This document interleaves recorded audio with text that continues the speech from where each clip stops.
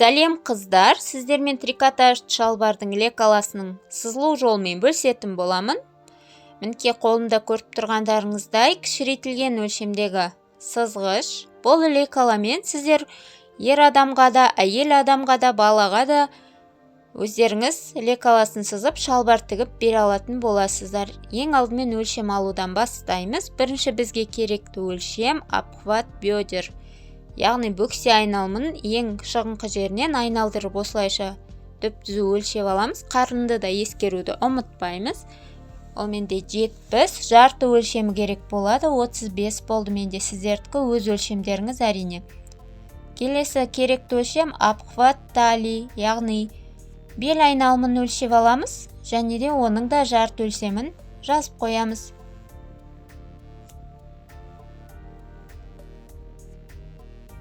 Содан кейінгі керекті өлшем длина изделия. Мінекей көріп тұрғандарыңыздай белден төмен қарай керекті ұзындыққа дейін алатын боламыз, жанынан өлшейтін боламыз моделімізді.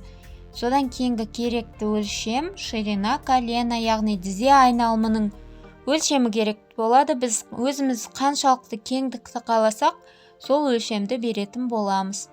Және де тағы бір соңғы өлшем ширина низа, ол деген балақтың кеңдігін осы жерде өзіңіз керекті санды көрсете отырып белгілеп аласыздар. Мінекей бар жоқ осы 5 өлшем керек. Енді осы бойынша лекаласын сызып тұрғызатын боламыз. Алдымен кез келген бір Т нүктесін белгілеп аламыз да, одан түзу жүргізіп қоямыз. Мінекей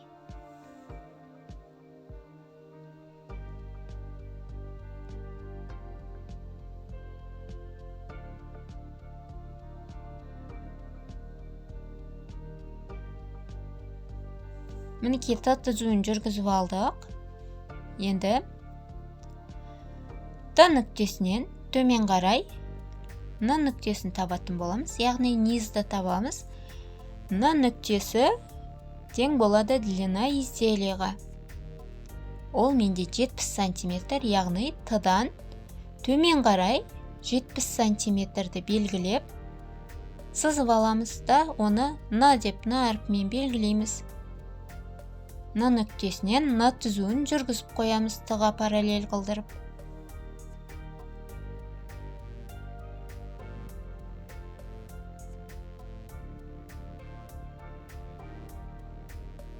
Мінекей осы жерден базистік сеткамызды тұрғызып аламыз.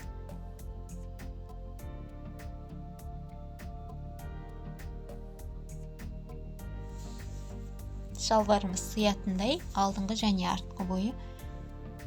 Ал енді есептеуге кеттік. Осы жерде бізге керекті бір тұрақты сан болады. Ол тұрақты әркімде әртүрлі есептеу арқылы табылады. К деген коэффициент бізге керек болады. Ол келесі формуламен анықталады. Полуобхват бедер қосылған бір дегеніміз бізде ол прибавка свобода облиганияға, және де оны бөлінген 10-ға деген осы формула керек болады. Әркімде полуобхват бедер әртүрлі болғандықтан К-ның мәні де әркімдікі сәйкесінше өзгеше өз мәні болады. Яғни менде 3,6-ға тең болды. Оны жазып белгілеп қоям. К тең 3,6 деп. Келесі есептеулерге ол маған қажет болады. Екінші линия сиденияны табатын боламыз. Ол яғни отыру сызығы орындықпен жанасатын жері, былайша айтқан кезде. Оны табу үшін Т нүктесінен төмен қарай С нүктесін белгілейтін боламыз. С келесі формуламен табылады. С тең 5К деп есептеп аламыз. К-ның мәні 3,6, менің жағдайымда 5-ке көбейткенде 18 см. Яғни Т нүктесінен төмен 18 см-ді белгілейтін боламыз. Т нүктесіне параллель түзу жүргізіп, С деп белгілеп қоямыз.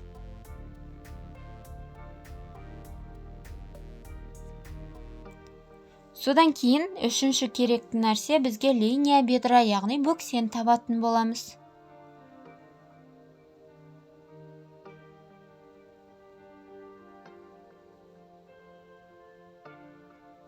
ол да төмен қарай белгілеу арқылы табылатын болады. Линия бедра Б нүктесімен белгілейтін боламыз. Т1С-ның жартысына тең болады ол.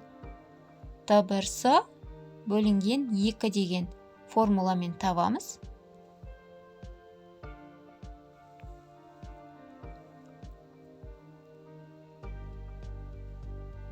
Оны да белгілеп Б нүктесін түзу сызып, Б нүктесін белгілеп қоямыз. Б деп. Содан кейін керекті бізге тағы да бір өлшем линия ягодиц табатын боламыз. Ол да Т нүктесінен төмен қарай табылады. Линия ягодиц, яғни көтеніп табатын боламыз. Келесі формуламен табылады ол. Я тең Т1С бөлінген 2 қосылған К деген осы формуламен табатын боламыз. Т1С бізде менің жағдайымда 9, 3,6-ны қосқан кезде 12,6 яғни. Нүктемізді белгілеп, я деп жазып аламыз.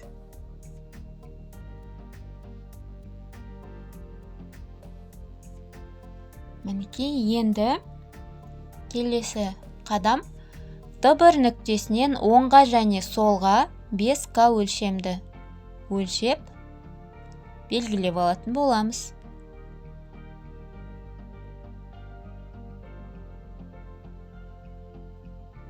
К дегеніміз менде 18-ге тең.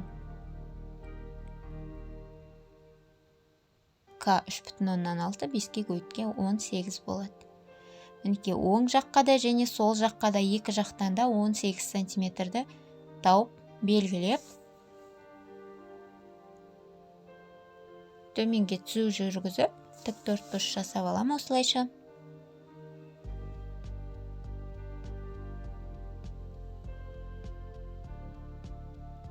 Енді алдыңғы бой үшін 1К, артқы бой үшін 2К-ны өлшеп төменнен 2К менде 3,6-ның екеуі 7,2, 1К деген 3,6. Мінекей осылайша доғалдап қосып ау сызығын жасап аламыз.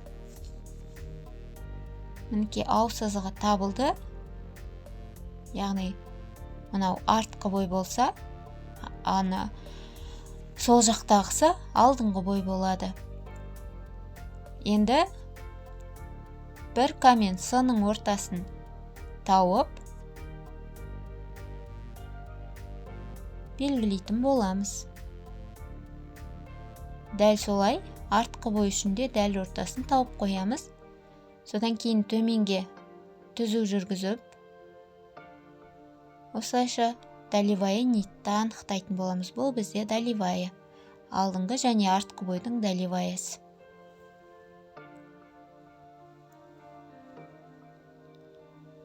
Енді осы жерден тізені табатын боламыз. С нүктесі мен төмендегі N1 нүктесінің жартысын табатын болсақ, ол бізде тізе болады. Яғни С N1 бөлінген 2 деп дәл ортасын тауып аламыз. Ол менде 52 болды. 52-ні 2-ге бөлемін. 26 сантиметр. Яғни 26 сантиметрді белгілеп, Т нүктесіне параллель түзу жүргіземін. Т түзуіне параллель түзу жүргізіп аламын. Осылайша осы жерде тізе орналасатын болады.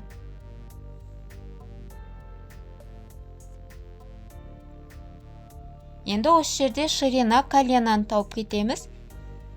Оны табу үшін алдыңғы бой үшін келесі формуланы қолданатын боламыз.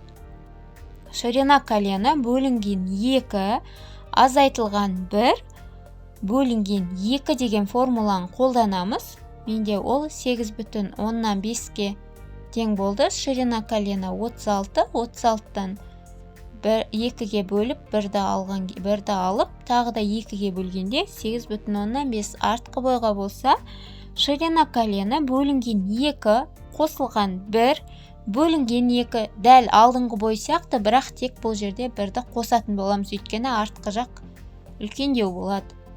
Мінекей осылайша дәлеваядан оң жаққа және сол жаққа алдыңғы бой үшін 8,5, артқы бой үшін 9,5 сантиметрді өлшеп нүктелерді белгілеп қоямыз. Әзірше тиіспейміз. Келесі, енді ширина низа табатын боламыз. Ширина низаны табу үшін дәл жаңағындай алдыңғы бой үшін ширина низа бөлінген 2 азайтылған 1 бөлінген 2 деген формуланы қолданамыз. Ширина низамен де 28, орнына қойып есептегенде 6,5 шықты. Алдыңғы бой үшін, артқы бой үшін ширина низа бөлінген 2 қосылған 1 бөлінген 2 деген формуланы қолданғанда 7,5 шықты. Яғни алдыңғы бойдан дәлеваядан 6,5 екі жаққа, оң жағына және сол жаққа, артқы бой үшін дәлеваядан 7,5 оңға және солға белгілеп алып, нүктемен белгілеп қоямыз. Енді нүктелерді қоса бастаймыз. Алдымен ау жаққа тиіспей тұрамыз. Әзірше міне жан сызығы тұратын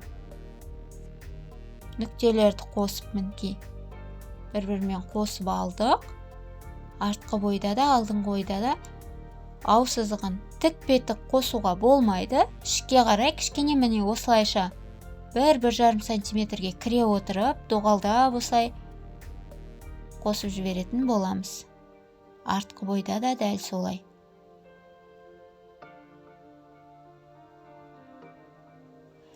Мінекей қосып алдық. Енді алдыңғы бойда талия нүктесінен ішке қарай 1,5 сантиметрді кіргізіп, нүктемізді белгілеп, ау сызығымен қосатын боламыз, доғалдап. Мінекей осымен алдыңғы бой дайын болды. Ал артқы бой үшін керісінше жоғары қарай 1,5 сантиметр бала үшін, ал ересек адамдар үшін 3 сантиметр, 2 сантиметр, ал тіпті толық адам болса 5 сантиметрге дейін көтеріп, осылайша Т1 нүктесімен қосып аламыз. Мінекей осымен біздің лекаламыз дайын болды. Назар қойып тыңдағандарыңызға, видеоны аяғына дейін көргендеріңізге көп рахмет. Келесі видеода мен сіздерге ложный гольфик пен шалбар тігуді көрсететін боламыз спорттық үлгідегі. Видео ұнаса лайк басып, комментарий қалдырып, арнама жазылып қоюды ұмытпаңыздар. Келесі видеоларда жүздескенше сау болыңыздар.